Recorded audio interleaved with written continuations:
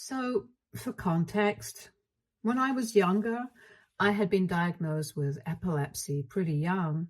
It was quite unfortunate because my parents were not really well equipped to deal with that sort of thing emotionally or mentally.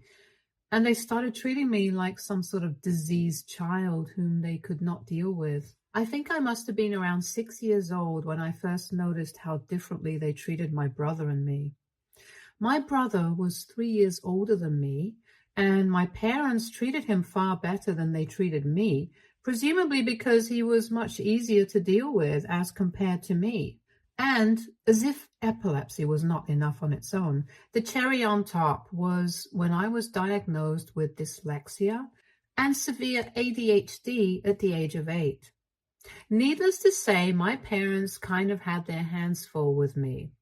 Now, it would be one thing if they were nice and kind people who were grateful to have a child and were up for the challenge, because I know that it cannot be easy being a parent to a special needs child.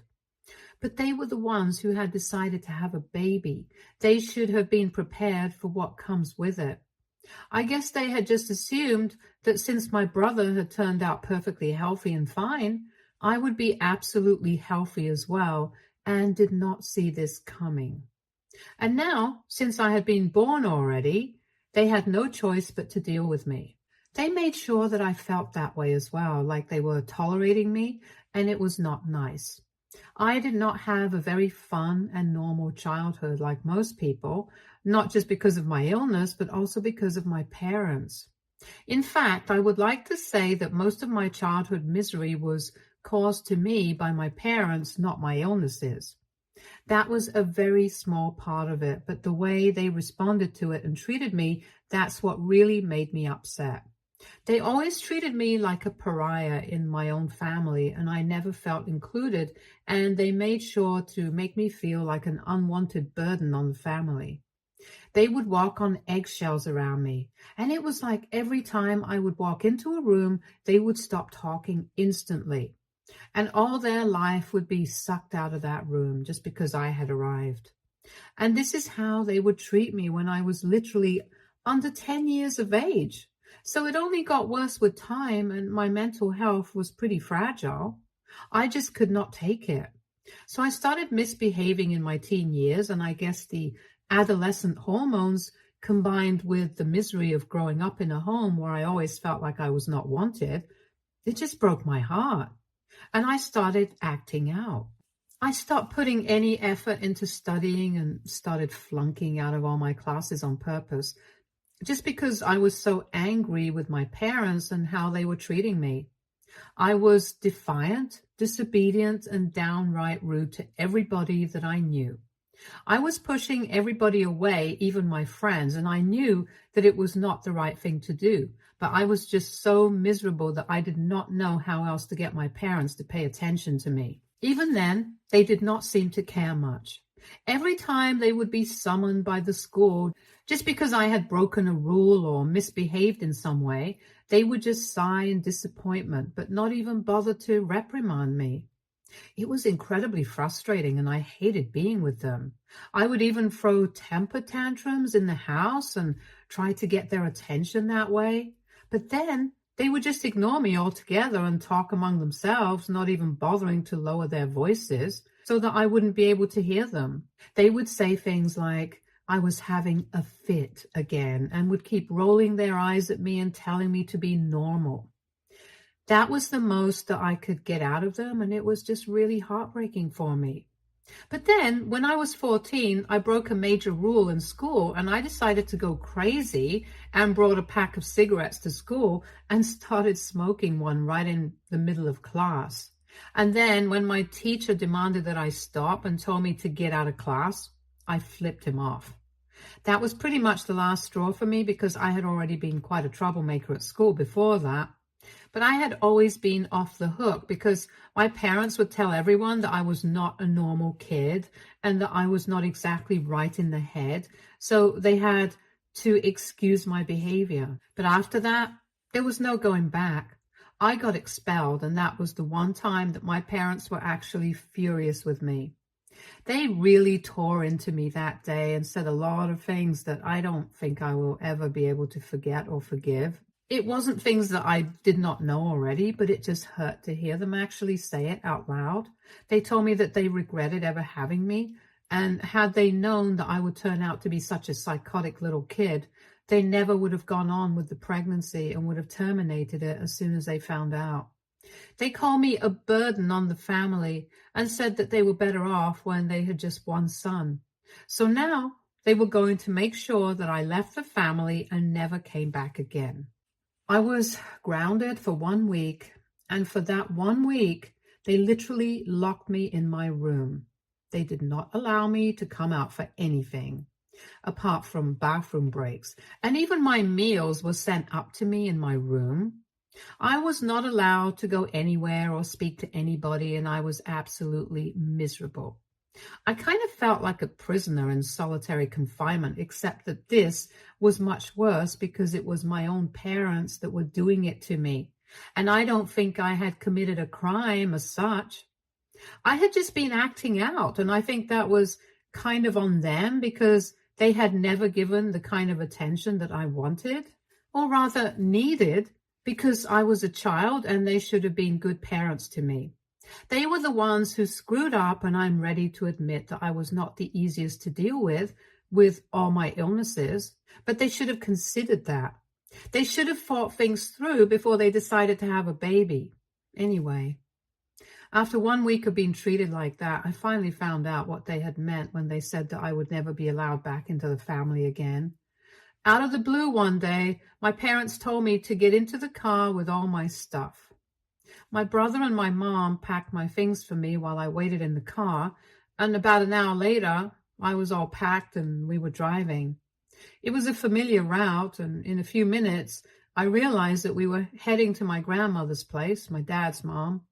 So in my head, I thought that maybe they were going to let me live there for a couple of weeks to get my head on straight, because I knew that my grandma was a strict disciplinarian, but I also knew that she had a soft spot for me and treated me much better than my parents. I did not think it was going to be a punishment for me as such, but once I got there, I realized that this was not going to be a temporary arrangement. They were, in fact, dumping me at my grandmother's house so that she could raise me, because they were giving up on me and they did not want me around anymore. That's what they had taken that 1 week for, to convince my grandmother to raise me. When we reached my grandmother's house, my parents brought out all my things and left them at the door and told me to carry them all in. They told me that this was going to be my new home now, and said that they did not want any contact with me ever again, especially not after what I had done. According to them, I had been trying my best to ruin their reputation, but now I had crossed the line and I could not take it back. While we were at the door, I tried to beg them not to do this because in spite of everything, I still wanted to have a relationship with my parents. I don't know why. I was 14 and I was desperate to have some sense of belongingness in my family, so it was quite difficult for me to leave with the fact that they were dumping me at my grandma's place. I was also slightly concerned about the fact that my grandma probably would not be able to take care of me, which is why it had taken her 1 week to accept me, since she was getting old and was already in her 60s. I knew that my grandmother loved me, but I didn't know if she actually wanted to take me in. So I felt like I was just going to go from being a burden to my parents to being a burden to my grandmother. I did not want to disappoint her because even in the past, whenever I would visit her and she would learn about the things that I had been pulling off at home and at school, she would be quite disappointed. But then she would always encourage me and tell me that she knew I was made of stronger stuff, tried to convince me that my parents would come around if I behaved better and had faith in me. That was another reason why I did not want to move in with my grandmother, because I felt like she would start resenting me as well, just like my parents had. And I could not afford to lose her too. It was kind of complicated. So I tried to beg them to let me stay with them, but they told me that they had made up their minds. Right in front of me, they told my grandmother that they were done with me and did not even want to hear about me. And then They said that they did not want a freak like me living with them anymore and wanted to focus on my very normal brother, which is what really got to me, because that's the kind of language that bullies at school used for me to make fun of me. And it really hurt me to hear my parents using the same kind of words for me. Because it was one thing for the mean kids at school to say it to me, it did not affect me as much because I was used to it. But when I heard my parents call me a freak, I realized that they were the biggest bullies of my life. And actually, they were doing me a huge favor by letting me live with my grandma, because they never loved me no matter what I did. And I bet that even if I had behaved better, they probably wouldn't have cared, because to them, my brother was the only child they had. So after that point, I stopped begging and I accepted the fact that I was now going to live with my grandma. And I decided in my head that I was going to be better, because I deserved better, and so did my grandma. And I was not going to throw away my life just because my parents did not love me. Once my parents had left, my grandmother and I sat down and had a conversation that was very much needed. She told me very transparently that even though she loved me, she had not exactly been ready to take me in, and she had a number of concerns about me because she had heard about the way that I had been behaving from my father, and had said that at her age, it was not going to be possible for her to handle a troubled kid like me. She said that she understood that I needed help, but she was not sure if she would be able to provide the right kind of space for me to grow up in. And that's why she had been holding out about whether she should take me in or not. That was why it had taken her 1 week to come to that decision. But after my father told her that he had grounded me and had just kept me locked in my room for the 1 week that she had been thinking about what to do, she decided that her son was not the right kind of parent to raise me, and apologized to me for not intervening before, since she also had herself to worry about. She was a widow and did not have much of her own, so she was not sure if taking me in and adopting me would be the right thing to do. But now that she had learned how badly I was being treated, she could understand why I was acting out the way that I was, and told me that she wanted a fresh start with me and wanted to do right by me, unlike my parents. She said that I should look at this as an opportunity, and that's what I did. I apologized to her for everything that I had done in the past, and I told her that I forgive her for not intervening before and not adopting me earlier, in spite of knowing how badly I was being treated by my parents. So we decided to put everything in the past and work together so that I could have a better future. And I always am, always will be, thankful to my grandmother for everything that she has done for me. Because I truly do not think that I would have become the person that I am today if she had not been a part of my life and had not decided to take me in. I pretty much turned my life around after that day with the help of my grandmother, and that's why I am where I am today. After I moved in with my grandma, I made a conscious effort to be better at everything that I did. And even she tried to do right by me, help me, provide me with the kind of space that I needed to excel in what I did. She got the right tutors for me to help me with my academics, and even enrolled me in private school and made sure that everybody knew that I had needs to be catered to, so they would not treat me like every other student. But unlike my parents, she did not use it as an excuse, but used it as a reason to provide me with the help that I obviously needed. And it did help me, which is probably why I was able to graduate with a good score and go to college. Like any other kid, I was able to do everything that I wanted to, and for that, I only have my grandmother to thank. My parents continued to visit my grandmother occasionally, but they would never see me, and I could stay out of their way. Every time that my parents would visit, I would leave the house and only come back after I knew for a fact that they had left. They did not seem to care about this, and neither did I. That went on for a couple of years, but then my grandmother had a big fight with them about this and told them that they were horrible parents for not even attempting to talk to me, especially when I was doing better, and they had a reason to talk to me and apologize for what they had done. They refused to even acknowledge that they had made a mistake while raising me and pretended like they were perfect parents. I was just a bad kid. They had called me a rotten apple and a freak, yet again, and my grandma lost it. So she told them never to come back, and they stuck to it. They were so egoistic that they just couldn't accept the fact that they were not good parents to me, and that's why I had turned out the way that I did when I was 14. But because of my grandma's guidance, I had improved. And yet they did not seem to be able to comprehend that. So after that, there was no talking to them anymore. For almost 10 years, my grandma and I did not talk to them and pretended like these people never existed for us.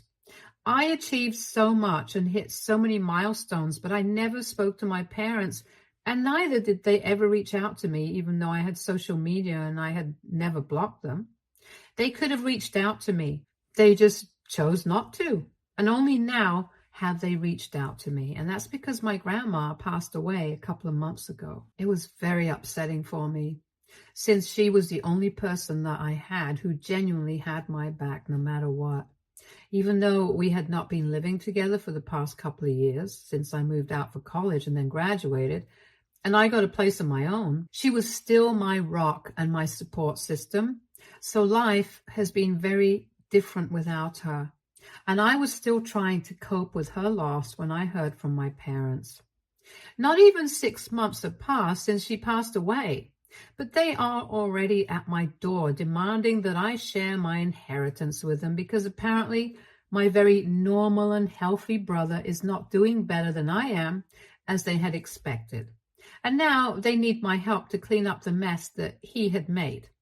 They visited me a few days ago and my brother was not with them, which was surprising because before that, every time they would visit, my brother would always come along. I decided to interact with them and talk to them because I had actually thought that they were here to apologize. But after a bit of small talk and condolences, they came straight to the point. They told me that while he was in college, my brother had developed a bit of a drug habit, and now it had started affecting his ability to work. I don't know why they were trying to downplay it because from what I gathered, he was in serious trouble and needed help. So now they wanted me to share my inheritance with them whenever I would come into the money so they would be able to pay for rehab.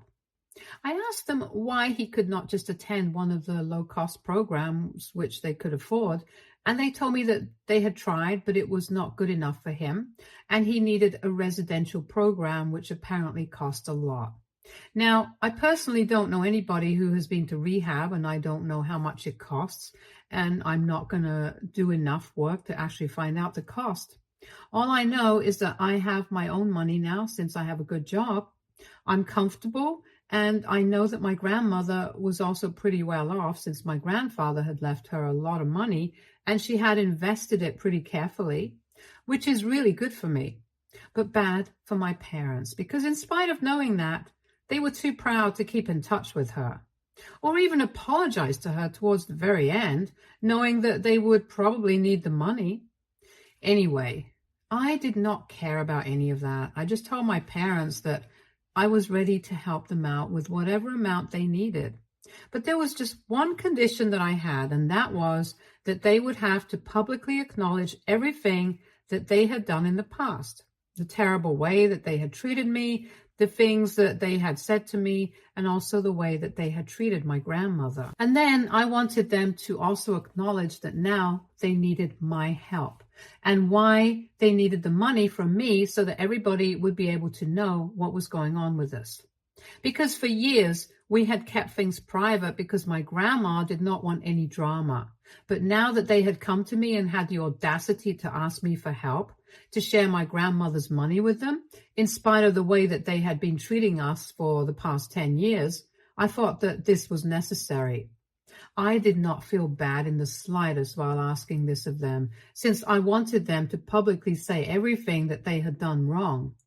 And when I said this to them, their faces literally fell. They tried to negotiate with me and told me that I was being unreasonable and kind of selfish, but I told them that this was my condition and they could take it or leave it. I had no issues with providing them with the money that they needed. I had nothing against my brother anymore, and neither did I have anything against them.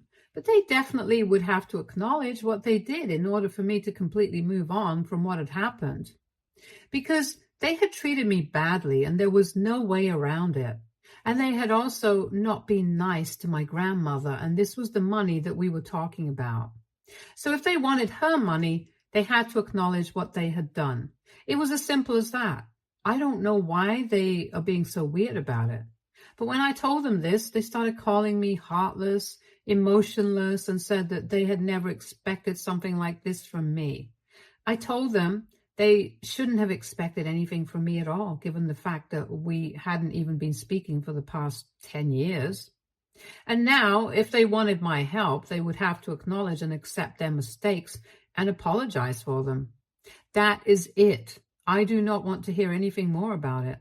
They left after that, after a lot of crying and accusations, but I did not budge. And now they are trying to change my mind, telling me that my brother is in a really bad condition and that he needs my help. But I don't understand why they expect me to just do things for them when I never expected them to do anything for me. My grandmother and I only had each other. They never bothered to help us or even check up on how we were doing. Even when my grandmother passed away, they probably would not have been able to find out unless I hadn't told my relatives, and that's how they even came to know about the funeral and stuff. So why should I help people who have had nothing to do with us for the past 10 years? Even then, I just want to make sure. AITA for telling my parents that I won't help them financially if they don't accept and acknowledge their mistakes publicly? Update 1. Thank you for all the comments on my original post. I am doing just fine. Thank you so much for asking. It has been really difficult for me to deal with the loss of my grandmother, but she was really old and I'm glad that she's in a better place now. She lived her life to the fullest, and I know that she did not pass away with any regrets. So thank you for the concern and the condolences. Anyway, coming to my parents, they are still trying to bother me online, but I have told them that if they don't do as I said, they can give up any hope of inheriting any money. I know that my grandmother left everything to me in her will, and I am sure that my parents know about it as well, since the lawyer had sent out an email, and now all they can do is sit and wait. I'm not going to go back on my word. It has been 1 week since I last spoke to them, and since none of their pleas had been working with me, they have resorted to sending me photos of my brother, and he looks bad. He is in a pathetic condition, and they keep sending me pictures of him, telling me that this is the guy who needs my help, and that I should really step up and do something for him. To that, I only have one thing to say. Where were they when I needed that kind of help? They abandoned me, and I was just lucky that my grandmother had my back. But otherwise, I don't know where I would have ended up. They did not care about me, and as much as I feel bad for my brother, I can't help them if they don't apologize for what they did. And it has to be public because I want everyone to know what kind of people they really are. If they can keep their egos aside just for this one thing, I guess I'll help them out. Because honestly, for me, it's about shattering their pride. It was their pride that made them do everything, and now, if they really want to help the child that they claim to love, they have to keep it aside. So now I just want to see what comes first for them, my brother or their pride. Update 2. 10 days have passed since I last spoke to my parents, and after a while, I had just stopped responding to their messages. So now they showed up at my place again. A couple of hours ago, they visited me again, but this time they brought my brother along with them, and it was bad. At the door itself, I told them that they could not do this, and if anything, their behavior was only damaging their chances of getting anything out of me. Because I was not comfortable with them doing this, not even to my brother, since I could only imagine how dehumanizing it was to be used as a puppet. I told them to get out, and for a while they refused to move and told me that if I wanted them to leave, I would have to promise them that I would help them as soon as I could. I told them that I would not be making any promises of the sort, and if they tried to mess with me, I would call the police on them, and that would not be too good for them given the condition of my brother.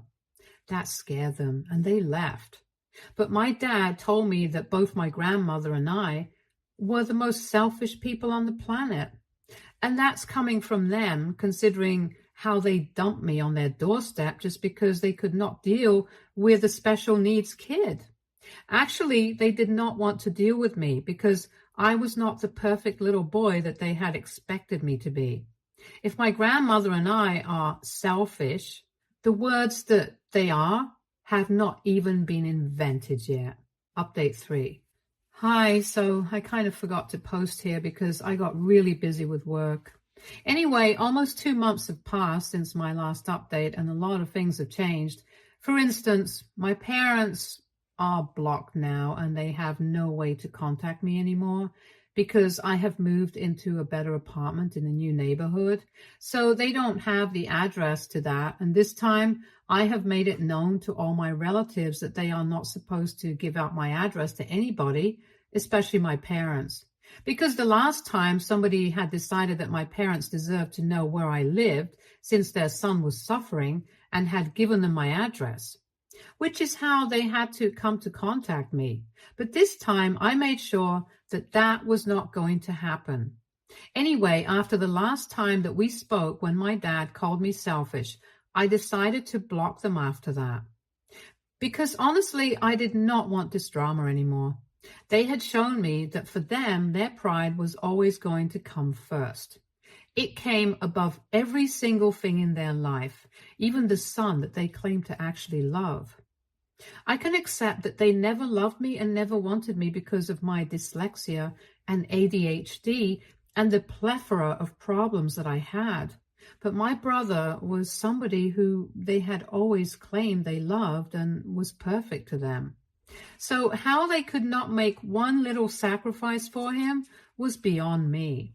All they had to do was acknowledge that they had made a mistake. It would have been pretty easy to do as well, because even though we had tried our best to keep things private, most of our family was already aware of the bad blood between us.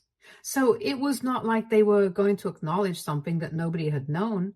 Even then, they did not want to apologize for the mistakes because in their heads, they had never done anything wrong and they were perfect. Well, they can keep their beliefs to themselves, and I'm going to keep my inheritance for myself. Fair enough. Stay tuned for more stories from our girl relationship.